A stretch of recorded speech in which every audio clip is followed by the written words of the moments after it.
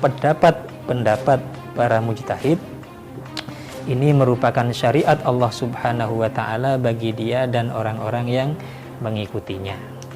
Nah, jadi para ulama mujtahid ini bukan beropini dengan akalnya sendiri.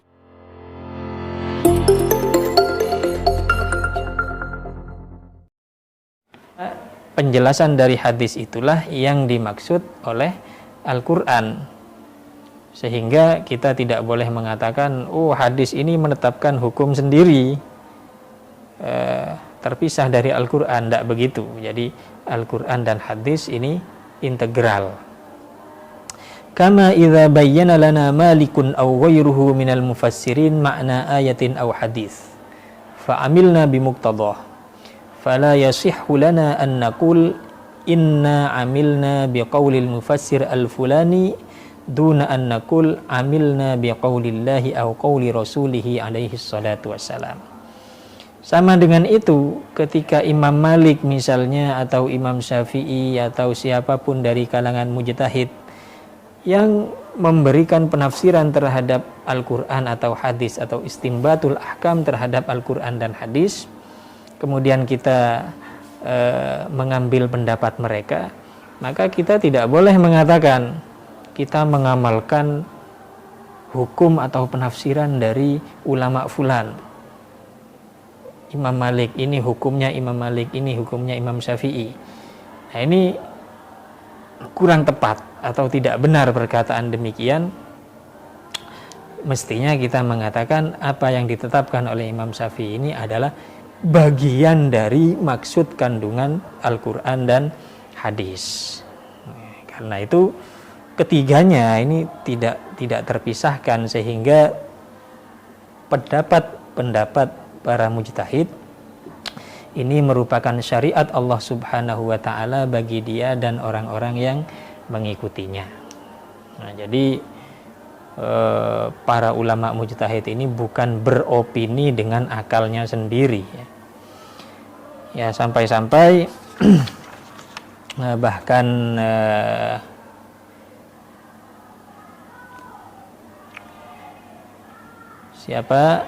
Imam Ibnu Hazm, Imam Ibnu Hazm Al-Zahiri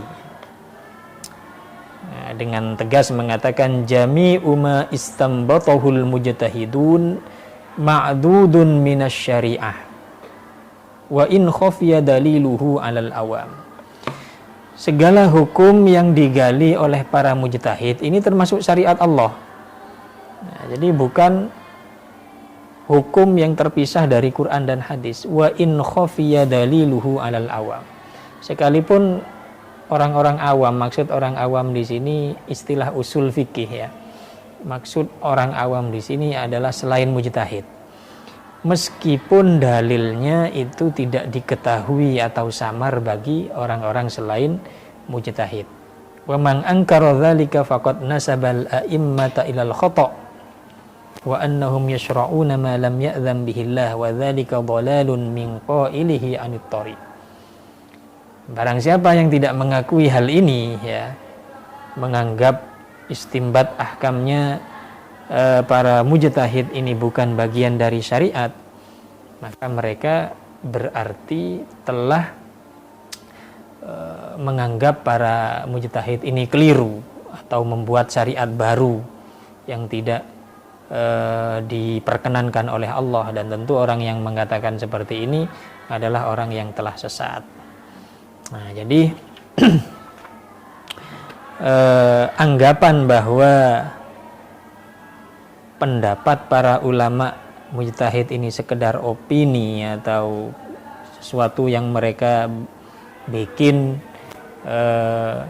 murni dari pemikiran mereka tanpa ada keterkaitan dengan nas. Nah, ini pendapat yang keliru ya, pendapat yang tidak benar, sehingga perkataan liberal mengatakan bahwa Al-Quran ini mutlak sedangkan pendapat ulama ini relatif, itu sesuatu yang tidak dikenal ya, sesuatu yang merupakan bid'ah pemikiran yang muncul belakangan ini, sehingga kecenderungan orang-orang liberal itu tidak berpegang pada pendapat para ulama, dan mereka justru mengandalkan pikiran mereka sendiri untuk memahami atau menggali langsung dari Al-Quran dan hadis. Nah, sebagaimana orang-orang Wahabi juga tidak mau merujuk pada para ulama ahlu sunnah, tapi mereka menggunakan pikiran sendiri lalu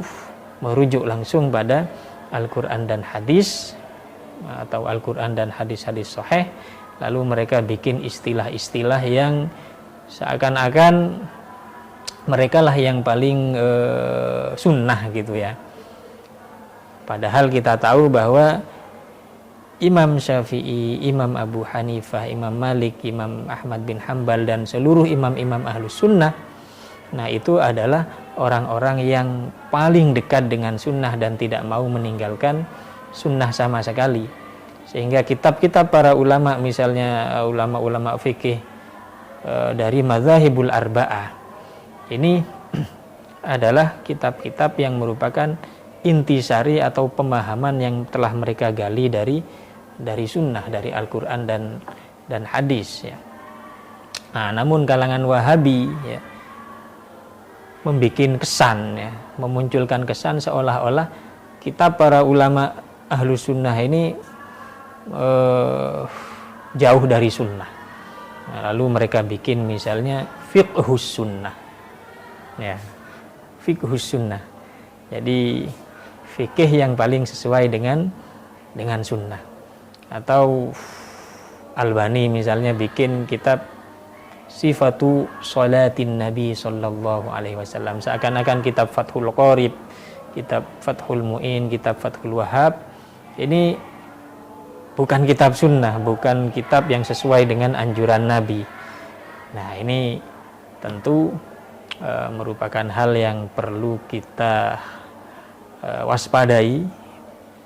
Gerakan-gerakan seperti ini yang telah mereka implementasikan kepada kitab-kitab yang kemudian disebar, diterjemahkan ke dalam bahasa Indonesia, dan itu banyak juga peminatnya gitu.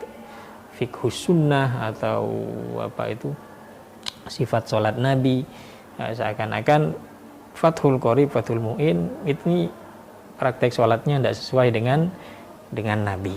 Nah, apa yang diterangkan di dalam bagian ini penting untuk kita pahami ya, supaya tidak terjebak ke dalam pemikiran yang ekstrim kanan seperti Wahabi ya. Mereka mengaku sok sunnah, padahal yang paling dekat dengan salaf, dengan sunnah itu adalah para ulama salaf seperti mujtahid yang empat, para mujtahid yang empat ya. Jelas hafalan hadis mereka sudah ratusan ribu, di samping menguasai alat-alat ijtihad secara penuh, secara komplit, berbanding terbalik dengan orang-orang Wahabi yang mengaku paling sunnah, tapi sebenarnya mereka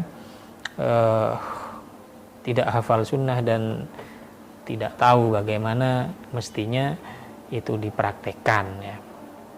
Tidak setiap hadis menemukan hadis yang sahih kemudian langsung dijadikan alat untuk merevisi ketetapan hukum yang ditetapkan oleh para ulama. Ini tidak benar. Sedangkan yang ekstrem kiri ya, seperti liberal, mengatakan bahwa hasil dari ijtihad para ulama itu sekedar opini yang relatif, sehingga kita juga bisa beropini sendiri. Ini juga tidak benar, sebab para ulama itu berijtihad tidak sembarangan ya, memiliki dawabit, qawaid, dan aturan-aturan baku yang tidak bisa diubah-ubah ya di dalam usulul fikih dan ilmu-ilmu bahasa Arab yang telah baku, sehingga mereka berpijak dari itu memahami nas ya. Nah, dengan mengikuti aturan-aturan yang telah ditetapkan di dalam kitab-kitab usul fikih. Nah, jadi seperti itu ya. Sehingga hasil dari istinbat dan tafsir para ulama mujtahid terhadap nas Al-Quran dan hadis, ini dikatakan bagian dari Al-Quran dan hadis itu sendiri. Sebab merekalah ulama-ulama itulah yang dikatakan oleh Nabi sebagai warathatul anbiya. Dan jika terjadi satu persoalan, maka kita diminta bertanya kepada mereka. Artinya Allah Subhanahu wa ta'ala dan Rasulnya itu mempercayai para ulama sebagai rujukan umat. Sehingga ketika kita tidak bermadhab atau tidak merujuk kepada mereka, nah ini jelas menjadi orang sesat, karena para ulama ini telah dipercaya oleh Allah dan Rasulnya untuk menjabarkan kandungan Al-Quran dan hadis. Nah, kalau kita kemudian tidak ikut pada mereka, nah, lantas kepada siapa? Padahal mereka dipercaya oleh Allah dan Rasulnya, malah kita tidak percaya ya. Padahal kita ini orang awam, tidak punya alat ijtihad, malah mau berijtihad sendiri. Nah, tentu ini pikiran yang sesat ya, dan harus kita hindari. Nah, saya kira itu cukup. Wallahu a'lamu bissawab. Ihdinas siratal mustaqim. Semoga bermanfaat dan sampai berjumpa lagi di kesempatan berikutnya. Wassalamualaikum warahmatullahi wabarakatuh.